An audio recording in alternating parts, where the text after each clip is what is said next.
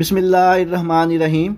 आज की इस वीडियो में हम डिटेल से डिस्कस करेंगे 9th क्लास का जो मुतालिया पाकिस्तान का पेपर है, अपने बोर्ड के पेपर में कैसे इसको अटैम्प्ट करके आना है। बहुत से स्टूडेंट्स के बार बार मैसेज और कमेंट्स आ रहे थे कि सर एक डिटेल से वीडियो बना दें कि जो 9th क्लास का मुतालिया पाकिस्तान का पेपर है, इसको बोर्ड के पेपर में कैसे प्रेजेंट करना होता है कि हमारे मैक्सिमम नंबर आ सकें। जो मुतालिया पाकिस्तान का प्रेजेंटेशन होती है, ये आपके पेपर में बहुत मैटर करती होती है आपके मैक्सिमम नंबर लेने के लिए।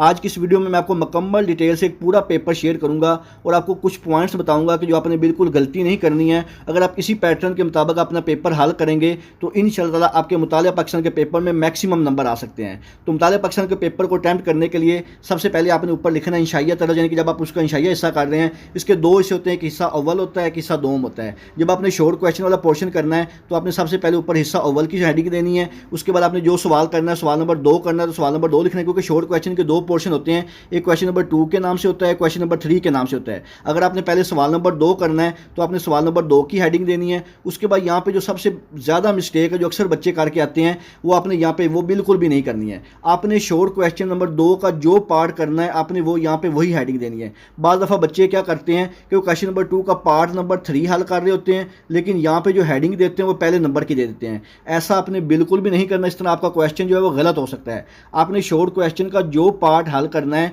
उसी की आपने यहाँ पे हेडिंग देनी है। अगर आप पहले तीसरा पार्ट कर रहे हैं तो यहाँ पे आपने तीसरा ही पार्ट लिखना है, उसका एक नंबर नहीं लिखना। और कोशिश किया करें कि क्वेश्चन लिखने की ज़रूरत नहीं होती, सिर्फ उसका नंबर दे दिया करें, क्योंकि टाइम वैसे ही कम होता है, नंबर देकर उसको हल कर दिया करें। तो मैक्सिमम आपने कोशिश करनी है कि जो सवाल नंबर शॉर्ट क्वेश्चन होते हैं, सवाल नंबर 2 और 3, ये आपने कम से कम 4 से 6 लाइनों के अंदर लिखना है, फिर ही आपको जाके इसके जो है 2 नंबर मिलेंगे। और इसमें आपने एक चीज़ और भी याद रखनी है, जब आप शॉर्ट क्वेश्चन कर रहे हैं उसके अंदर कोई हदीस आ जाए, पुरानी आयात का तर्जुमा आ जाए, कोई कोटेशन आ जाए, उसको आपने इन्वर्टेड कोमा के अंदर लिखना है। इसके अलावा अगर कोई डेट आ जाए, किसी का नाम आ जाए, इसमें मार्फा जिसको हम कहते हैं, तो उसको आपने मार्कर से बोल्ड कर देना है। बोल्ड करने का मकसद ये होता है कि आपका जो प्रेजेंटेशन का पेपर है, चेकर के ऊपर बहुत ज़्यादा इंप्रेशन पड़ता है। तो ये सवाल नंबर 2 करने के बाद आपने उसकी हेडिंग देनी है। और ये देख लें बच्चे ने किस तरह खूबसूरत अंदाज में ये पेपर को मुकम्मल हल किया हुआ है। इसके बाद ये दूसरा उसने जो क्वेश्चन किया उसी का अगर हो सके तो आप छोटी सी हेडिंग दे सकते हैं मुकम्मल सवाल लिखने की बजाय। इससे ये होता है कि बहुत ही ज़्यादा अच्छा इंप्रेशन पड़ता है और चेकर को भी आसानी होती है और उसे पता चल जाता है कि आप कौन सा पेपर का जो क्वेश्चन है वो हल कर रहे हैं। अब यहाँ पर सवाल नंबर 2 किया, उसकी एक छोटी सी हेडिंग दी हुई है ताकि पता चल जाए आप कौन सा सवाल कर रहे हैं। बिल्कुल इसी तरह आपने एक चीज़ और यहाँ पे नोट करनी है, जैसे ही आपका शॉर्ट क्वेश्चन मुकम्मल हो उसके बाद आपने एक छोटी सी ये वाली जो लाइन है ये लाजमी लगानी है, इससे पता चल जाए कि यहाँ पे आपका जो शॉर्ट क्वेश्चन है वो मुकम्मल हो चुका है। इसके बाद नेक्स्ट आपने तीसरा सवाल किया, लेकिन यहाँ पे 5वां इसलिए लिखा है क्योंकि वो 5वां पार्ट कर रहा है। तो जो 5वां पार्ट आपने करना है उसके मुताबिक जो सवाल करना है उसकी छोटी सी एक हेडिंग बना दें। ये हेडिंग का मकसद ये होता है कि जो बोर्ड का पेपर चेक कर रहा है उसके लिए आसानी होती है। आप उसके लिए जितनी आसानी पैदा करेंगे आपको मैक्सिमम नंबर मिलेंगे। इससे उसको सिर्फ पता चल जाएगा कि बच्चे ने कौन सा सवाल किया है। अब जैसे यहाँ पे कोई कोटेशन टाइप आ गया है तो उसको इन्वर्टेड कोमा के अंदर आपने लिखना है, यानी कि उसकी जो बात है आपने हूबहू लिखनी है, उसका जो कॉल है जो भी उसने लिखा है अगर उसने अपने हूबहू लिखना है तो उसको आपने इन्वर्टेड कोमा में लिख देना है। और जैसे सवाल खत्म हो उसके बाद ये लाइन आपने लाजमी लगानी है नेक्स्ट सवाल शुरू करने से पहले। अब जैसे मैंने आपको स्टार्ट में बताया था शॉर्ट क्वेश्चन करते हुए, अगर कोई डेट आ जाए, किसी का नाम आ जाए तो उसको आपने मार्कर से बोल्ड कर देना है। बोल्ड करने का मकसद ये होता है कि इंप्रेशन अच्छा पड़ता होता है। और मैक्सिमम आपने कोशिश करनी है एक जो सवाल है वो आपने मैक्सिमम 4 से 6 लाइनों के लिखना होता है। इसी तरह नेक्स्ट ये सवाल देख लें, यहाँ पे जो नेक्स्ट क्वेश्चन किया हुआ है अगर उसके पॉइंट्स आ जाए तो उसको आपने इस तरह पॉइंट्स को हाईलाइट कर देना है, ये भी बहुत अच्छा इंप्रेशन पड़ता है। उसके बाद नेक्स्ट जब क्वेश्चन खत्म हो जाए ये लाइन लगा देनी है। इसके बाद नेक्स्ट आपको दिखाता हूँ, नेक्स्ट जो क्वेश्चन का पार्ट नंबर 3 किया हुआ है, जैसे ये इसमें मार्फा आ गया, कोई मशहूर नाम आ जाए, कोई नाम आ जाए उसको आपने मार्कर से बोल्ड कर देना है। फिर कोई कोटेशन आ जाए, कोई हदीस आ जाए, कोई तर्जमा आ जाए कि उसकी जो किसी की बात हूबहू लिखनी हो तो उसको आपने इन्वर्टेड कोमा में लिख देनी है। और सवाल खत्म होने के बाद यहाँ पे आपने लाइन लाजमी लगानी है ताकि पता चल जाए यहाँ पे आपका क्वेश्चन खत्म हो चुका है। इसके बाद नेक्स्ट ये भी आप देख लें, छोटी सी लाइन में लिखा हुआ है 2 नंबर का सवाल है और ये वाली जो लाइन है इसका मतलब होता है आपका शॉर्ट क्वेश्चन मुकम्मल हो गया है। और ये वाली जो लाइन है इसका मतलब होता है कि यहाँ पे आपका जो एक मुकम्मल जो क्वेश्चन, जैसे क्वेश्चन नंबर आप 2 कर रहे थे, इसके जो आपने 6 पार्ट करने होते हैं, सॉरी 5 पार्ट 6 पार्ट करने होते हैं, वो यहाँ पे आपके मुकम्मल हो गए 6 पार्ट्स। और इसका मतलब ये होता है कि यहाँ पे आपका जो क्वेश्चन है वो पूरा मुकम्मल हो गया है। अब आप जो नेक्स्ट है वो नेक्स्ट क्वेश्चन शुरू कर रहे हैं। जैसे आपका क्वेश्चन वहाँ पे मुकम्मल हुआ था, अब आपने नेक्स्ट क्वेश्चन नंबर 3 किया है, इसके भी टोटल जो 6 पार्ट करने होते हैं।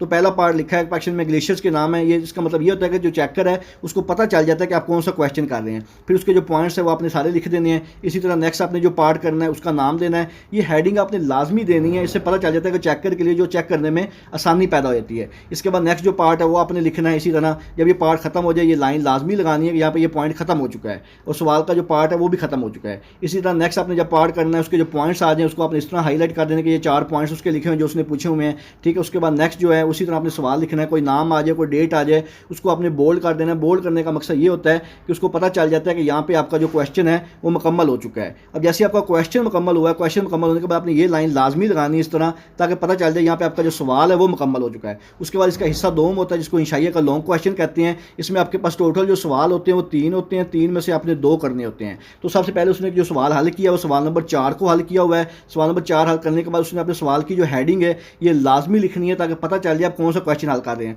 और लॉन्ग क्वेश्चन में अपने कोशिश करनी है कि मैक्सिमम जो है आप 1.5 से 2 पेजेस पे लेके जाएं। उससे ये होता है कि एक तो इंप्रेशन अच्छा पड़ता है और उसके अंदर आपने ज़्यादा से ज़्यादा कोशिश करनी है कि जब आप लॉन्ग क्वेश्चन कर रहे हो कोई डेट आ जाए उसको बोल्ड कर दें और कोई हेडिंग जो है वो आपने लाजमी बनानी है। लॉन्ग क्वेश्चन में आप जितनी ज़्यादा हेडिंग बनाएंगे उतना आपका एक तो प्रेजेंटेशन अच्छी होगी और इंप्रेशन बहुत अच्छा पड़ेगा।